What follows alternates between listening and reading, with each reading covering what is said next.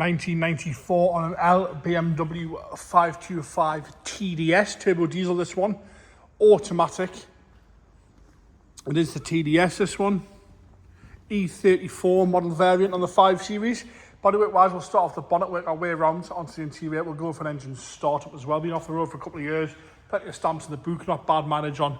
It's just over 95,000, which we'll get round to that in a minute. Lovely interior as well. Want a little bit of bodywork here and there, but the interior is really nice on this one.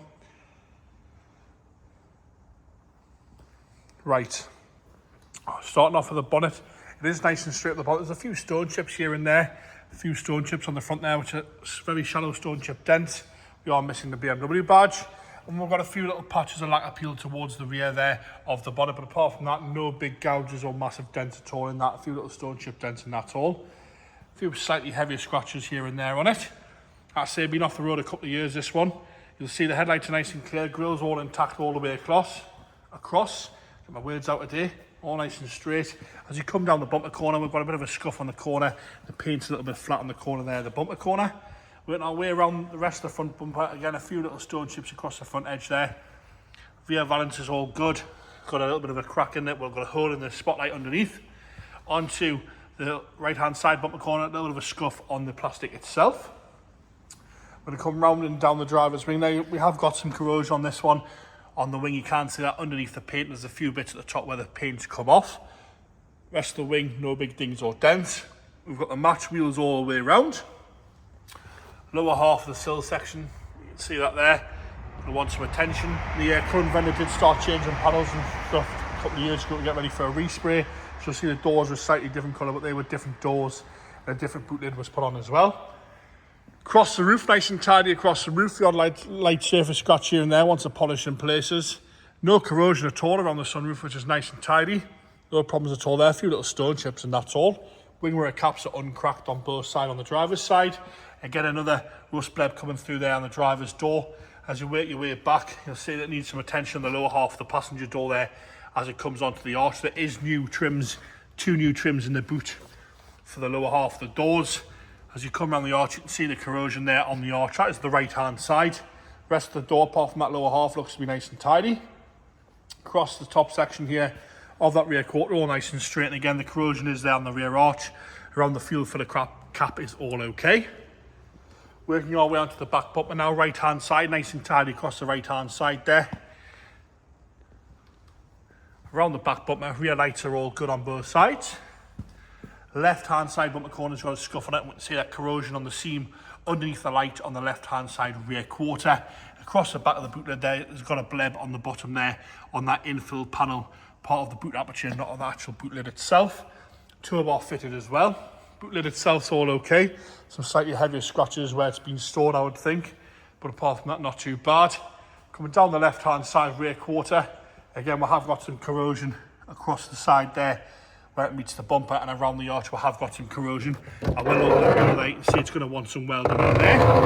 Bit of a quickie door because it hasn't been open for a while. Across the lower half again, we have got some corrosion on the passenger door, on the front door there, a few heavier scratches and a few little stone chip dents here and there down that left-hand side.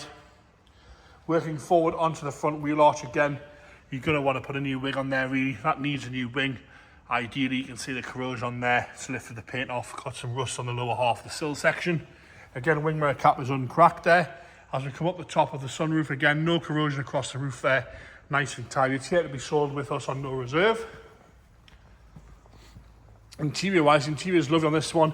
You will see when we get to the back, I've got a booster pack on. It's going to need a battery. I have had on charge, but it doesn't want to take charge. Nice and tidy on the left, right-hand side front door card. No rips, no tears. Lovely black leather. Nice and straight up the seat, a little bit of wear to the bolster, but it's lovely and soft, the leather. It's been really well looked after. A few little scratches there on the lower half, but no rips, no tears. Even the armrests are in lovely condition. Steering wheel is a nice and tidy as well. No heavy wear to the wheel. Dials are all nice and clear. Dash top's uncracked across the dashboard all the way across there. And down the centre console, lovely and tidy. Apart from an aftermarket head unit fitted there, even around the window switches, all lovely and clean. Headlining's in lovely condition as well. I'll pop the bonnet while I'm here. There it is. Into the right-hand side rear. Again, the door card's lovely and tidy, no complaints on the door card. I'll see I've got that seat lifted up a little bit for the booster pack, so the battery's there. But those rear seats are in lovely condition as well, lovely and soft as well. Armrest all works as it should, really nice and tidy in the rear there from the right hand side. Into the boot now. And again, nice and tidy in the boot carpet. There's those 2 bits of trims that go on, oh sorry, 1 bit of trim there. Oh no, there is 2. I think they go on the bottoms of the doors. And then boot carpet's nice, but the boot floor on this is absolutely lovely. Boot floor is really, really good on this. I know there's some rust on the outside, but the boot floor's in lovely condition on that one there. Left hand side rear. Again, nice and tidy on the door card, no rips, no tears at all there. Rear seats are lovely and soft once again. That isn't a rip, it's just where it sits in there under the armrest there. So lovely and tidy on the rear seats. Nice creaky door. Left hand side front again, door card's nice and tidy. A little bit of fade around the handle, but again, lovely and tidy, no heavy scratching to the plastics. And minimal wear once again up that left hand side front seat. Like I say, there's plenty of stamps in the boot and things for this one. It does want a bit of love, but it's well worth sorting out, I would think. With it being a TDS as well, I've seen plenty of petrol ones, not that many diesel ones. Into the engine bay now, all nice and tidy in there.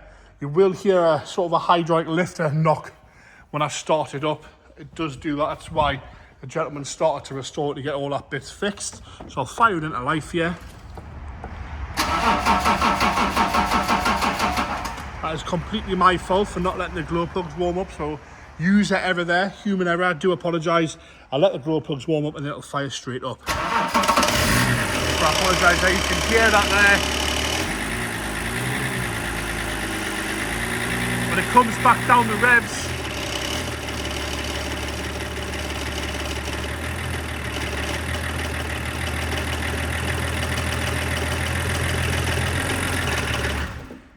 and there you have it, the 1994 BMW 525 TDS in silver. That lovely, lovely interior on that one. Well worth saving that.